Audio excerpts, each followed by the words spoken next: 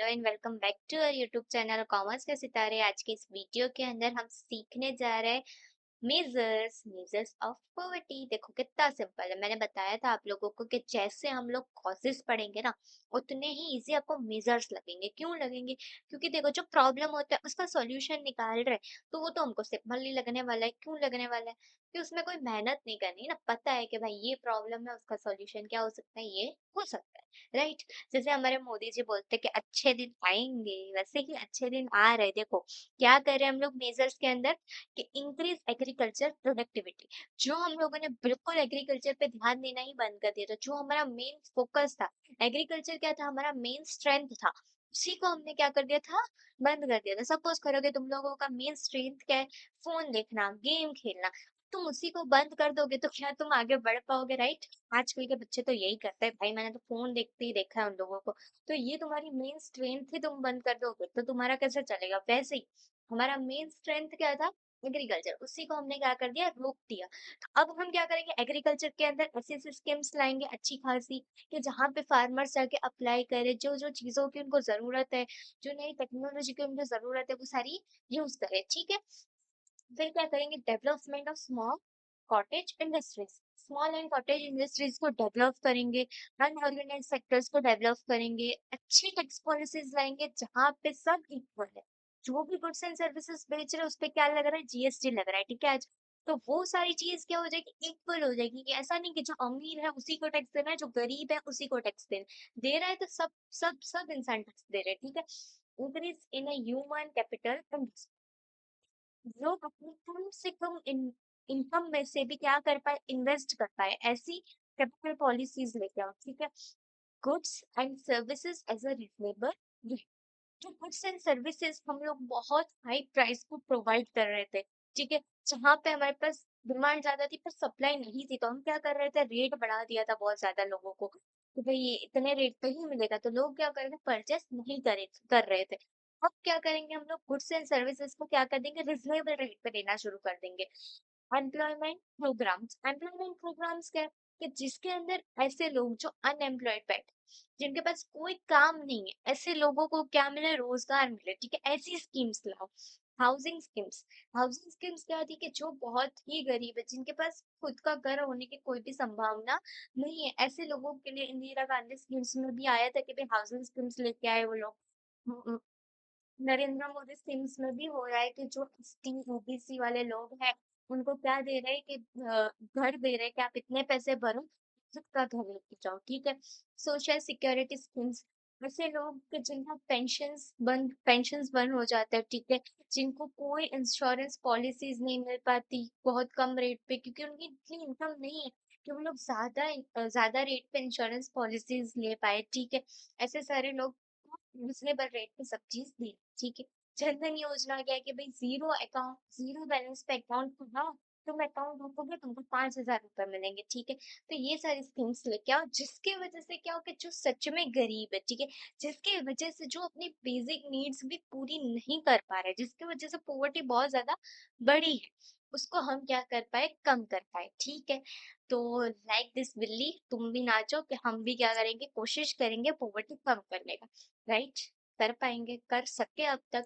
तो ये क्या है, बुकिश चीजें हैं पर हमें क्या करना है, पढ़ना तो पड़ेगा ही, ठीक है।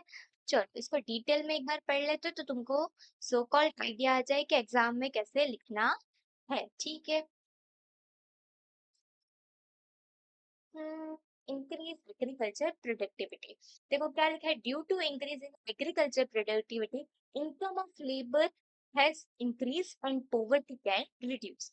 मतलब हम लोग एग्रीकल्चर प्रोडक्टिविटी बढ़ाएंगे, ठीक है, तो उससे क्या होगा, इनकम जो लेबर को कम मिल रही थी पर हेड, जिसका जितना इनकम होना चाहिए था उतना नहीं था, तो उनको क्या मिलेगा, क्योंकि भाई प्रोडक्टिविटी बढ़ गई है तो लोगों को क्या मिलेंगे, पैसे ज्यादा मिलेगा, पॉवर्टी क्या कम हो जाएगी, ठीक है। For this agriculture sector should be provide improved technology, agriculture instrument at a reasonable price, improvement infrastructure, improvement about agriculture research, market, etc. देखो क्या लिखा है कि भाई एग्रीकल्चर सेक्टर्स के अंदर हम क्या क्या चीजों को प्रोवाइड कर सकते हैं, तो क्या चीजों को प्रोवाइड कर सकते हैं, टेक्नोलॉजी प्रोवाइड करो कि जो इंस्ट्रूमेंट्स चाहिए सच में एग्रीकल्चर को लेके बहुत सारी चीजें उनको रिजनेबल रेट पे दो। इम्प्रूव करो कि जो इंफ्रास्ट्रक्चर फैसिलिटी उनको नहीं मिल रही, इरिगेशन करने की जो फैसिलिटी उनको नहीं मिल रही, बहुत सारी चीजें दो। उनको नॉलेज दो कि इस चीज ऐसे हम बढ़ा सकते हैं, ठीक है। एग्रीकल्चर को हम ऐसे भी बढ़ा सकते हैं, ये सारी चीजें हम उसके अंदर यूज कर सकते हैं, ठीक है। ये सारी चीजें उनको हम प्रोवाइड कर सकते हैं। फिर क्या है, development of small and cottage industries, ठीक है। There is a high contribution of small and cottage industries in a gross national income and employment. Therefore, small and cottage industries should encourage and poverty can be reduced. Small and cottage industries का बहुत बड़ा हाथ है हमारी government को पैसे provide करने के अंदर। हमारी जो इकोनॉमी चल रही है अच्छी तरह या चलने की कोशिश कर रही है अच्छी तरह, उसके अंदर किसका सबसे बड़ा हाथ है? तो स्मॉल एंड कॉटेज इंडस्ट्रीज। अगर ग्रॉस नेशनल इनकम को हमें बढ़ाना है तो जो स्मॉल एंड कॉटेज इंडस्ट्रीज का कंट्रीब्यूशन है, उनका जो इनकम का जो रेशियो है उसको भी हमें बढ़ाना पड़ेगा। और ये रिजल्ट क्या देगा हमको कि पॉवर्टी क्या हो जाएगी, कहीं हद तक कम हो जाएगी इसके वजह से। क्यों हो जाएगी? क्योंकि जो अनएजुकेटेड पीपल है, जिसके पास कोई एम्प्लॉयमेंट नहीं है, उनको एम्प्लॉयमेंट मिलेगी और वो कमाएंगे, उसके वजह से हमारी ग्रॉस नेशनल इनकम बढ़ेगी, उनका परचेसिंग पावर बढ़ेगा, ठीक है। डेवलपमेंट ऑफ अनऑर्गेनाइज्ड सेक्टर, क्या है? Vegetable vendors, monsoon agriculture, agriculture laborer, vendors, etc. are included in the unorganized sector. Social security measures like medical insurance, pension, etc. should be provided, whether as small and marginal farmers should be provide loan and irrigation facilities. ऐसे लोग जो vendors है, ठीक है, vegetable vendors है, agricultural labourers है, जो monsoon के हिसाब से काम करते हैं, ठीक है।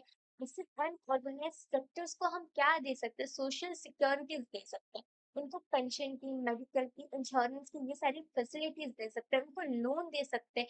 तो आप क्या करो, ज्यादा से ज्यादा इरिगेशन करो, आप ज्यादा से ज्यादा प्रोडक्टिविटी बढ़ाओ, ठीक है।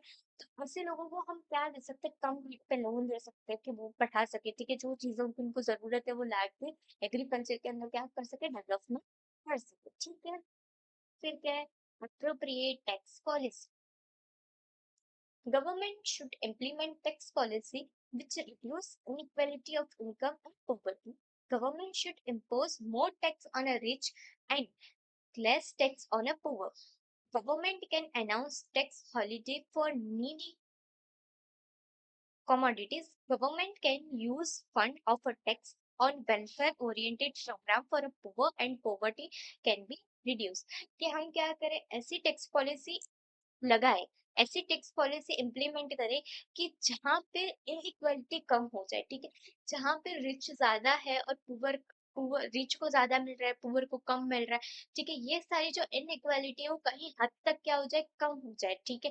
तो ऐसे सारे टैक्स वो बनाए जहाँ पे लोगों के वेलफेयर के बारे में सोचे, उनके बारे में सोचे, ऐसी स्कीम्स लेके आए, ठीक है। तो यहाँ पे क्या होगा, इस इन सारी चीजों की वजह से क्या होगा कि पॉवर्टी कम हो जाएगी, ठीक है।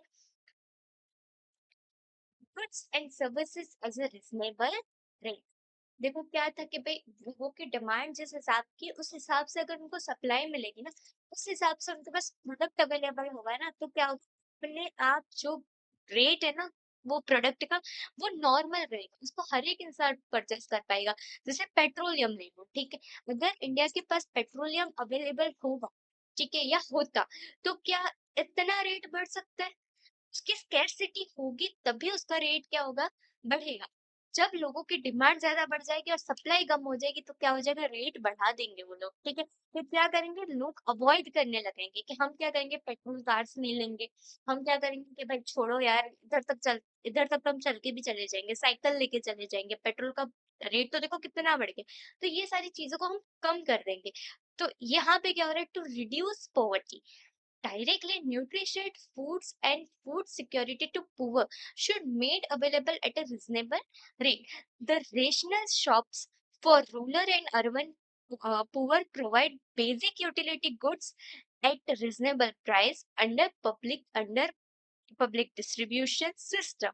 Public distribution system is more important when drought and scarcity occur. देखो, क्या बोल रहे हैं कि न्यूट्रिशन वाला फूड जिसका रेट सबसे ज्यादा होता है, ठीक है, वैसे चीजों को वो लोग कम रेट पे प्रोवाइड करने की कोशिश कर सकते हैं, कम रेट पे वो पुअर्स को दे पाए, कि वो क्या करे, न्यूट्रिशन वाला फूड खाए और अपनी जिंदगी को थोड़ा लंबा कर सके, ठीक है। अर्बन और रूरल जगह पे रेशनल शॉप्स लगाओ, वहां पे क्या करो कि पब्लिक डिस्ट्रीब्यूशन प्रोसेस लगाओ, कि भाई लोगों को क्या मिलना चाहिए, खाना मिलना चाहिए और अच्छा मिलना चाहिए, ठीक है। तो ये सारी चीज कब सबसे ज्यादा जरूरत पड़ती है, पब्लिक डिस्ट्रीब्यूशन सिस्टम की सबसे ज्यादा जरूरत कब है, जब उस चीज की स्कैर्सिटी। आप अपने देश को कैसे बचाओगे, कैसे लोगों को खाना प्रोवाइड करोगे, ये सबसे ज्यादा जरूरी है कि उस टाइम हम ये सिस्टम को इस तरह यूज करें कि हर एक इंसान के पास क्या पहुंचे, खाना पहुंच सके, ठीक है। देखो, अपने पास क्या रहेगा, अभी एम्प्लॉयमेंट प्रोग्राम में रह रहा है, जनधन योजना रह रहा है, हाउसिंग स्कीम रह रहा है, ठीक है। ये थोड़ा अलग टॉपिक है, एग्जाम के पॉइंट ऑफ व्यू से आईएमपी है, ये भी आईएमपी है, पर वो क्या होता है कि 2 मार्क्स में 3 मार्क्स में आपसे पूछ लेते हैं, ठीक है। उसका मैं एक अलग से वीडियो बना दूंगी जिसके अंदर आपको वो पूरा कवर हो जाए, फिर वो 10 मिनट का बने या 5 मिनट का बने, वो मैटर नहीं करता, पर वो आपको पूरा समझ में आ जाना चाहिए, ऐसे बनाऊंगी, ठीक है। तो आई होप आपको यहाँ तक तो क्लियर ही रहा होगा। दूसरी बात, कि यहाँ पे थोड़ा मेरे फोटो के वजह से या मेरा मेरा जो पोर्शन आ रहा है उसके वजह से आपका थोड़ा यहाँ पे कट हो रहा होगा, कि आपको कुछ चीजें नहीं दिख रही होगी। उसके लिए डिस्क्रिप्शन में लिंक प्रोवाइड कर दी है, जो मैंने अपनी लैंग्वेज में थोड़ा बना के आप लोगों के लिए पीपीटी बनाई है, ठीक है। तो आप उसको वहां से पढ़ सकते हो, ठीक है, वहां से रेफर कर सकते हो। उसके अलावा भी आपको कोई डाउट आता है कि ऐसी चीज है जो नहीं समझ में आ रही है, तो आप इंस्टाग्राम पे मुझे कमेंट कर देना, ठीक है, इंस्टाग्राम पे बता देना, या यहाँ पे कमेंट सेक्शन में बता दो, ठीक है, मैं आपकी हेल्प कर दूंगी। उसके बाद लास्ट में सिर्फ इतना है कि भाई अब तुम लोगों की एग्जाम्स आएगी, ठीक है, दिवाली के बाद या दिवाली के पहले, तो हम क्या करेंगे, एक रिवीजन वीडियो, एक मैराथन टाइप ले लेंगे, कि जिसके अंदर जितने चैप्टर्स अब तक कवर हुए हैं वो सारे एक वीडियो में आ जाए, ठीक है, या 10 मिनट का कोई एक चैप्टर का वीडियो बन जाए, या तो फिर आपको क्वेश्चन आंसर्स दे दूंगी मैं, कि आईएमपी क्वेश्चन आंसर्स है, 2 मार्क्स, 3 मार्क्स, 5 मार्क्स, वो सारा वीडियो मैं कवर कर लूंगी, एमसीक्यू सेशंस रख देंगे हम लोग।